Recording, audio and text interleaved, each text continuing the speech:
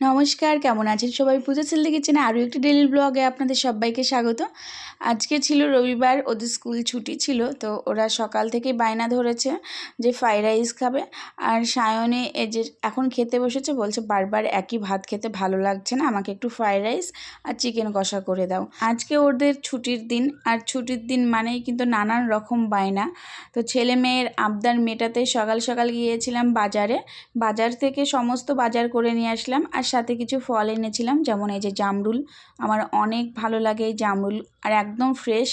আর ছোটো ছোটোগুলো ছিল, আর বড়ও ছিল, বেশ ভালো লাগছিলো। আর জামরুলগুলো বেশ মিষ্টি ছিল, কিন্তু দুর্ভাগ্য হলো জামরুলগুলো আমরা খেতে পেয়েছিলাম না। প্যাকেট ধরে আমি রেখে দিয়েছিলাম, আর ইঁদুরে সমস্ত জামরুল নিয়ে চলে গেছিলো। মাত্র কয়েকটা জামরুল ছিল। তারপরে নিয়ে এসেছি কাঁচা মিষ্টি আম, যেটা একদমই মিষ্টি, টকের কোনো ভাব ছিল না।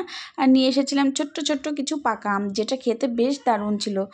আর এখানে চিকেন নিয়ে এসেছি। ছেলেমেয়েরা বলেছে যে চিকেন কষা আর ফ্রাইড রাইস খাবে। আমার ছেলে নর্মাল চিকেন কষা করে দিলে কিন্তু খাবে না, তো ওকে একটু অন্যরকমভাবে চিকেন কষা করে দিই। আর ও এখনও ভাবে চিকেন কষা মানে আমি যেটা বানাই টক দই দিয়ে, সেটা ও ভাবে যে এটা ভেজিটেবল দিয়ে চিকেন কষাটা বানানো হয়। ও এখনও বুঝতে পারে না। ছোটো থেকেই ও চিকেন, তারপরে মাছ, এসব কোনো কিছু খেতে চায় না। তো অনেক কষ্ট করে আমি এই রকম চিকেনটা বানিয়ে ওকে খাইয়েছিলাম, ওর ভালো লেগেছে, তারপরে এই রকম চিকেনটাই খাই। আর এদিকে আমি ফ্রাইড রাইসের জন্য সবজিগুলো কেটে নিলাম। তো আজকে করব ভেজ ফ্রাইড রাইস, আর সাথে দিব অনেকটা পরিমাণ পনির। আর পনিরটা দেওয়ার কারণ হচ্ছে আমার ছেলে ভীষণ ভালোবাসে, তো এই রকম ফ্রাইড রাইস করলে ওর অনেক ভালো লাগে। তো সেই কারণে পনির দিয়ে আজকে ফ্রাইড রাইসটা করব। আর আজকে রান্না করছিলাম, সাথে ভিডিও করছিলাম। আমি একা হাতেই রান্না ভিডিও করছিলাম, সেই কারণে অনেক কিছু ভিডিও করা হয়নি। তো রান্নার পুরো ডিটেলস আমি দিতে পারছি না, কারণ এক হাত দিয়ে রান্না করা আর এক হাত দিয়ে ভিডিও তৈরি করা অসম্ভব ব্যাপার। তো সেই কারণে আমি কিছু কিছু ক্লিপ ধরেছি, সেইগুলোই আমি ভিডিওতে শেয়ার করলাম।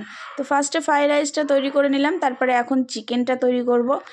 এই চিকেনটা বানানো ভীষণ সহজ। ফার্স্টে টক দই দিয়ে ম্যারিনেট করে রাখতে হয় কয়েক ঘন্টা, তারপরে পেঁয়াজ রসুন রেগুলার মশলা দিয়ে সেটাকে কষিয়ে লাস্টে নামানোর আগ দিয়ে ওই কাজু আর মগজ বাটা দিয়ে নামিয়ে নিতে হয়। মানে মগজ বাটা কাজু বাটা দিয়ে কিছুক্ষণ আর একটু কষিয়ে তারপরে নামিয়ে নিতে হয়। খুব টেস্টি হয় এই চিকেনটা, খেতেও বেশ ভালো লাগে।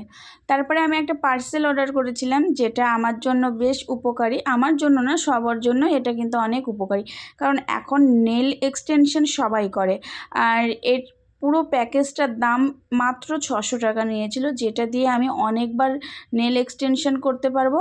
আর এর মধ্যে কিন্তু অনেক কিছু জিনিসপত্র ছিল। তাছাড়া একদম সহজ এইটা তৈরি করা, মানে এই নেল এক্সটেনশনটা তৈরি করা ভীষণই সহজ। এর মধ্যে অনেক কিছু জিনিস আছে, আর যা যা লাগবে সমস্ত কিছুই দিয়েছে। তো একটা ছোট্ট গ্লাস দিয়েছে, আমি জানি না গ্লাসটা কেন দিয়েছে, দেখতে বেশ ভালো লাগছিলো এই গ্লাসটা। আর আমার হাতের নখগুলো বেশ বাড়ে, কিন্তু বেশি দিন থাকে না, খুব তাড়াতাড়ি ভেঙে যায়, নরম প্রচণ্ড। তো সেই কারণে ভাবলাম এই নেল এক্সটেনশনের প্যাকেজটা আমি নিয়ে নিই। তো আমি অন্য একটা ভিডিওতে আপনাদের সাথে শেয়ার করব কিভাবে করতে হবে। এটা ভীষণ সহজ। দুটো ক্লিপ দিয়েছে, তাছাড়া অনেক কিছুই আছে এর মধ্যে, জেল, তারপরে আরও কী কী যাই হোক বলে, সব কিছু তো নাম আমি বলতে পারবো না, আর জানিও না সব কিছুর নাম। আর এই যে একটা পেন টাইপের দিয়েছে, যেটাতে একদিকে ছিল তুলি, এটা কিন্তু অনেক কাজের। এটা আমার অনেক উপকারে লাগবে, মানে নেল এক্সটেনশন ছাড়াও কিন্তু এটা আমার অনেক কাজে লাগবে। একটা ছোট্ট লাইট দিয়েছে, যেটাতে আমরা এক্সটেনশনের পর এটা শুকাতে পারবো। তো অনেক কিছু জিনিসপত্র ছিল। 600 টাকার মধ্যে দারুণ একটা জিনিস। সারাটা দিন হই হুল্লোড় করেই কেটে গেল ছেলে মেয়েদেরকে নিয়ে। তারপরে সন্ধ্যাবেলায় এখন আম মাখা তৈরি করব।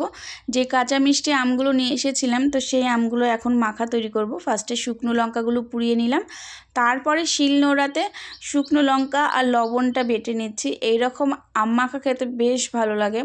আর এই আমগুলো এতটাই মিষ্টি, এর মধ্যে টকের কোনো ভাবই নেই, তার জন্য আরও বেশ ভালো লাগে। তো আমাদের এই যে শুকনো লঙ্কা আর লবণ বাটা হয়ে গেছে, সেটা এখন প্লেটে নিয়ে নিচ্ছি। আর আমরা এই আম মাখাটা সবাই খেয়েছিলাম, মানে আমাদের বাড়িতে যতগুলো সদস্য আছে সবাই এই আম মাখা খেয়েছিলাম। আমটা খেতে বেশ ভালো ছিল। আর এই আম মাখা খেতে মানে সবারই ভালো লাগে। মিষ্টি মিষ্টি কাঁচা মিষ্টি আম অনেক দিন পর পেলাম, অনেক খোঁজার পর তারপরে আজকে পেলাম।